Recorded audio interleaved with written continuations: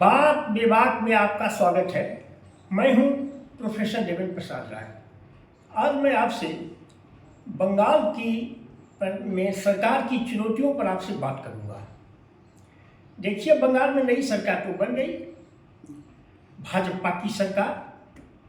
कहते हैं 70 सालों के बाद ये भाजपा के जो समर्थक हैं, मोदी के अंधभक्त, वो कहते हैं कि 70 सालों के बाद वहां आजादी आई है। ठीक है, लेकिन आप याद कीजिए इस सरकार के साथ चुनौतियां क्या है।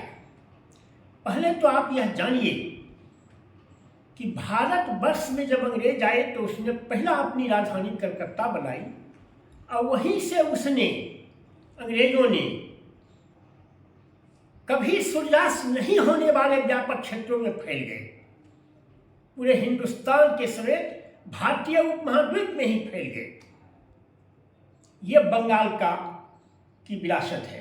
उसके बाद अंग्रेजों के बाद वहाँ राजा राम मोहन राय का सुधार, सामाजिक सुधार,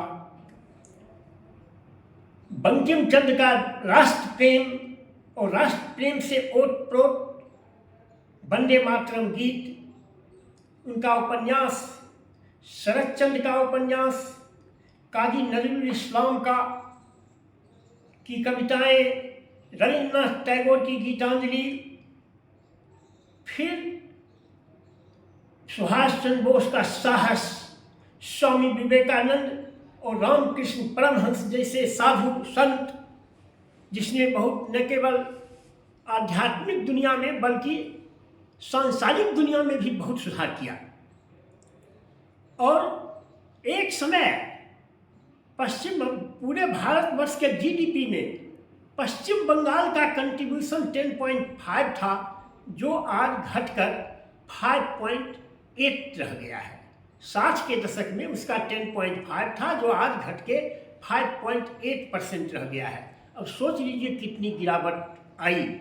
जितना चिमनी धुआं देता था पश्चिम बंगाल में, सारा का धुआं बंद हो गया। 10 लाख सर्जिकल मजदूर काम करते थे और पूरे बिहार यूपी के लोग कलकत्ता से लेकर गुवाहाटी तक उस चटकल में काम करने जाते थे। आज वह कहाँ चला गया? आज वह रोजगार को तरस रहा है। जहाँ पूरे हिंदुस्तान का लोग बंगाल जाता था और कलकत्ता जाता था, आज कलकत्ता के नौजवान और नवयुवती अपना अन्यत्र रोजगार खोजने को मजबूर है। तो ये चुनौतियां हैं उसके पास कि वह कलकत्ता के गौरव को, जो कभी भारतवर्ष की राजधानी हुआ करता था और आज Calcutta is a dying city, उसको कैसे वह पुनर्जीवित करते हैं। फिर हिंदुओं ने बहुत जोश के साथ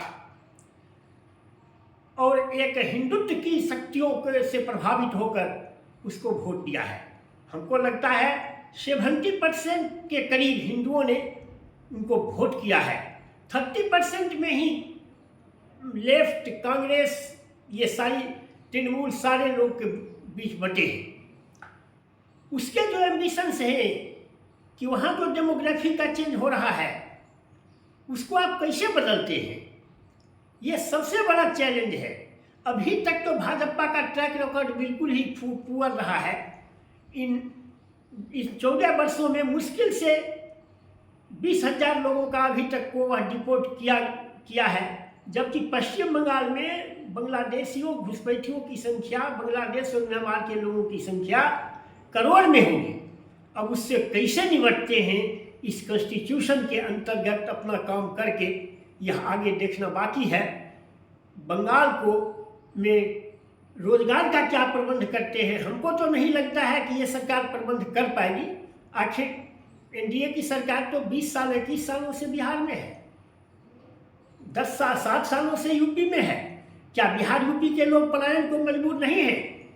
तो बंगाल के लोग जो पलायन कर रहे हैं, उसका पलायन रुकेगा, इस बात की मुझे बिल्कुल आशंका नहीं है। उनका पलायन उसी तरह चलता रहेगा। हाँ, कुछ सड़कें अच्छी हो जाएगी, कुछ कम्युनिकेशन बहुत अच्छा हो जाएगा, कुछ इंफ्रास्ट्रक्चर का विकास होगा, कुछ केंद्रीय योजनाएं जैसे आयुष्मान भारत इत्यादि जो थे उज्ज्वला योजना जो नहीं लागू किया था ममता बनर्जी ने अपने अहंकार में, वह लागू हो सकता है, लेकिन रोजगार का कोई प्रबंध बीजेपी कर पाएगी?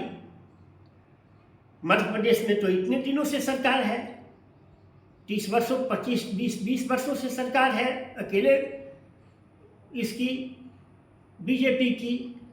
क्या वहाँ रोजगार है?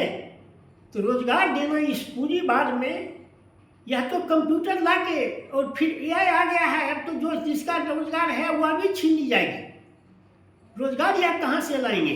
यह केवल अमित शाह का बरबोलापन था, और कहे ना केवल जुमलेबाजी थी, इतने जॉब पैदा होंगे, इतने ये होंगे वो होंगे, ये सब तो जुमलाबाजी थी। अब यह सरकार, लेकिन पश्चिम बंगाल की कहार मैंने, क्रांतिकारियों की धरती है, वह तो सत्ता में 15 साल रह गई। अगर यह नहीं कुछ कर पाएंगे उसका काया पलट, तो इनका 10 साल रहना मुश्किल हो जाएगा। बस आज के वीडियो में इतना ही। अगर आपको मेरी बात पसंद आए तो इसे लाइक और सब्सक्राइब करें। Thank you very much.